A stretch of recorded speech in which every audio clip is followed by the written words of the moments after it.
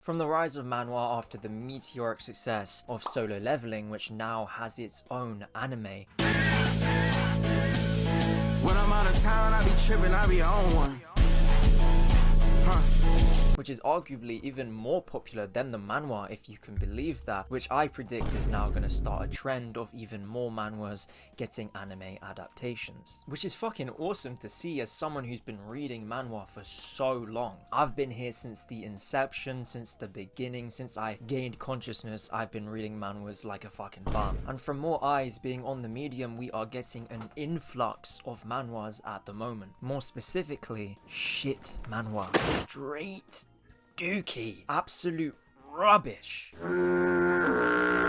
All with the same plot, like an MC who starts off weak but gets a system that allows him to level up consistently and constantly, unlike all the other heroes in the verse. Or to get a cheat skill, which when they put their hand on the crystal to, you know, evaluate how strong the skill is, it says it's a bottom tier, so everyone underestimates him, but it's actually like an S tier in disguise. Or someone who isn't incredibly strong but is part of the hero's party and makes it to the final battle, but somehow he's the last one left, and when he dies he regresses back to the past with all the knowledge of his past life, and now the main goal is to win this final battle with the information he has. Now with these 3 tropes alone, I have described hundreds of manhwa that have come out in the last year, and that is a generous guess. And have you noticed the trend that the further into the stories we get, these characters lose their personality? It's like they're trading in their strength for what makes them them, making the manhwa absolutely unbearable to read. What's wrong with you, bro? What the heck? You tripping, bro? You tripping? Authors becoming more focused on their characters' aura farming than having any depth whatsoever. Well, well, aren't you the confident one? Another proud Namekian soon to be begging for mercy just like all the rest. Shut the hell up. Stories starting off amazing, so you know, you do what any normal manhwa reader does, you add it to a tab and you check up on it every week for the next chapter. But the author sort of loses track of the story or becomes lazy, I'm not sure what it is, and starts focusing more on their main characters being aura terrorists rather than interesting, complex and relatable like they used to be, inevitably causing the story to fall apart at the seams. And I'm calling this the Solo Leveling syndrome. Trademark that shit. I swear to God, it's fucking real. From someone who was reading Solo Leveling when it was updating every week. What made it so great was the scenes and panels where Sung Jin-woo was farming to the max. Posted up with all his shadow soldiers, his eyes were glowing purple while you couldn't see the rest of his face. Just straight gas, and with a, I don't know, a cocky one-liner. I ate that shit up.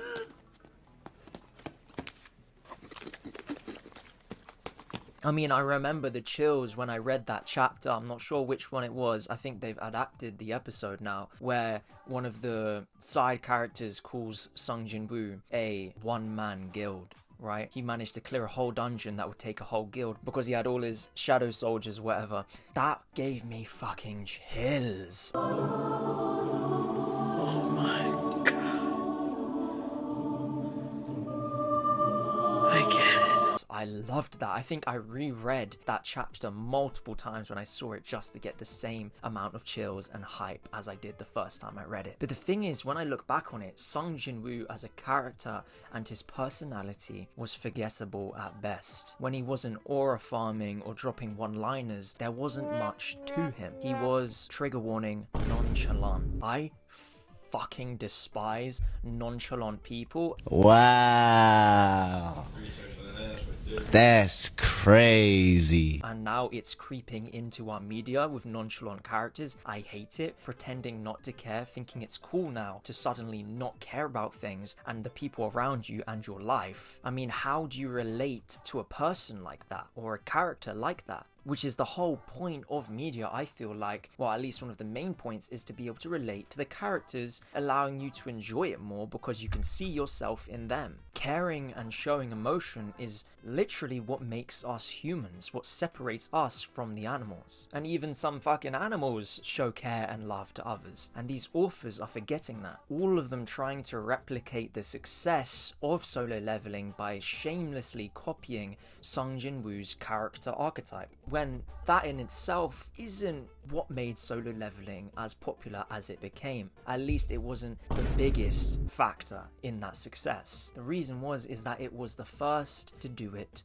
well. Yes, it had great art with panels at the end of each chapter of Sung Jin-woo being an aura terrorist, as I said, but it actually had a pretty interesting premise, and the author took his time with the story. You could feel it, you can tell it was a labor of love. It was pretty fucking unique. The dungeon that only Sung Jin-woo can access, the monarchs from a different world. Sung Jin-woo wasn't the entire story. These corny, lazy remakes focused more on their characters being nonchalant or devoid of any emotion whatsoever, rather than fleshing out the world that they inhabit and the character themselves. These characters have no flaws, they're never in the wrong, they never make a mistake, they are always on the right side, and that is just entirely unrealistic and unrelatable. We all have fucking flaws, and that's what makes us us. I don't want to hang out with a guy who's flawless and perfect, like an ironed out shirt with no creases. That's no fun. But not you, LeBron. You're fun. Real fun. So why would I want to spend my time reading a story with someone like that being the main character? There is no sense that there's a world existing outside of the main characters. Everything neatly falling into place for him and his goals. Now about these manhwas that start off really strong but don't know where to take it, so they start relying on the character aura farming in order to keep the dwindling audience engaged and willing to hold on to the story. You know, hitting them with an aura terror attack panel at the end of a chapter to distract from how fucking horrible it was. Treating you guys like monkeys, you know, pleasing your monkey chimpanzee brains. Oh guys, this chapter was horrible and had no story and nothing interesting happened, but look at this beautifully drawn panel of him aura farming. Oh! Insulting your intelligence. Not really though, because I know some of you have 20 plus chapters with manhwas that you know should have ended 30 chapters ago. I just know it. Why are you holding on to those tabs? They're just wasting space. I know you probably have 400 of them. Cull the herd. An example of what I'm talking about is Heavenly Demon Can't Live a Normal Life, which has, you know, the staple nonchalant character who gets angry and emits an aura that causes whoever he's angry at to shiver their timbers and shit their breeches. But it started off really interesting and the world was gripping and unique to a degree, with side characters that I genuinely cared about, but it's just taken such a hit and slowed down so much. I just don't care anymore. But oh look, he's aura farming. He's aura farming. A problem is the characters just get too strong too fast. They outgrow the world that you've built them in. I have no doubt the MC is going to win, so why do I care about what's happening? There's no stakes involved. You've just shown me the main character literally erase a city in one blow, and I'm supposed to believe he can't just go and end his enemies' lives that instant? Do you think I'm an idiot? They've rushed the character's strength progression before he's gotten even remotely close to the final battle that you've been building up to. And I'm not just talking about the Heavenly Demon Can't Live a Normal Life. You know, some manhwa just don't know when to stop. They just keep pumping out chapters that don't impact the story whatsoever, just there for the sake of being there, straight slop. When in fact the manhwa should have ended 30 chapters ago, feeding people, as I said, straight slop. You know, it's starting to become like those manhwas, and I'm talking about the Chinese ones with the H-U-A-S, not the W, that have like 4,000 chapters, where the MC is really fucking horny and is much a predator. But whenever they reach the strongest in the realm they're in, they transfer into another realm where they start from the beginning, they're actually the weakest now in this one, and then they become the strongest of that realm, and then go into another one, down they're the weakest again, and then they become the strongest, and it's just again and again and again, an endless cycle, till they can sneeze and collapse a galaxy. I cannot believe some of you fuckers are reading that shit. Martial Peak has 3,832 chapters. I get being up to date in One Piece, and even that's a fucking stretch. But Martial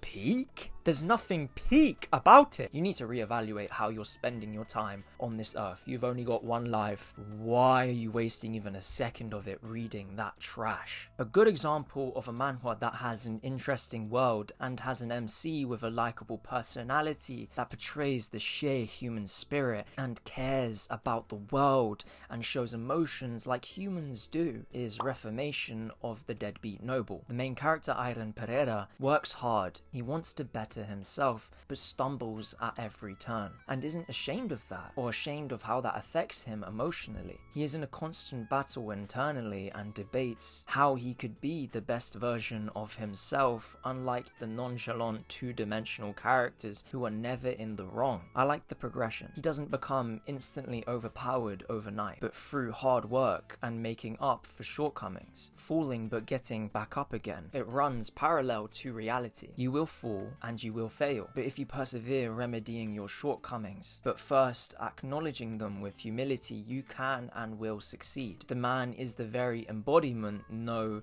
the incarnation of defiance and pure willpower itself. If the immovable object and the unstoppable force had a child, it would be this motherfucker. His willpower is the main focus throughout this manhwa and shows that willpower accompanied with hard work can overcome all. Now this is a character you want to follow and you care about their outcome. You've experienced their tribulations and struggles alongside them and empathize with them. A character that motivates you to be more like them. That's what makes a great manhwa, or a story for that matter. Another example of this type of manhwa is one I genuinely have ranked in my top 3 of all time, and it's not 2 or 3. Start embracing Swordmaster. Imagine writing an actually decent fantasy story with a coherent soft magic system that's not crutched up by reincarnation systems or other bullshit cheat abilities that trivialize the setting. Imagine having a character that doesn't instantly become OP after one training arc and is still surrounded by people largely stronger than himself, so that these kind of moments are allowed to have narrative weight. Imagine if manhwa authors actually thought like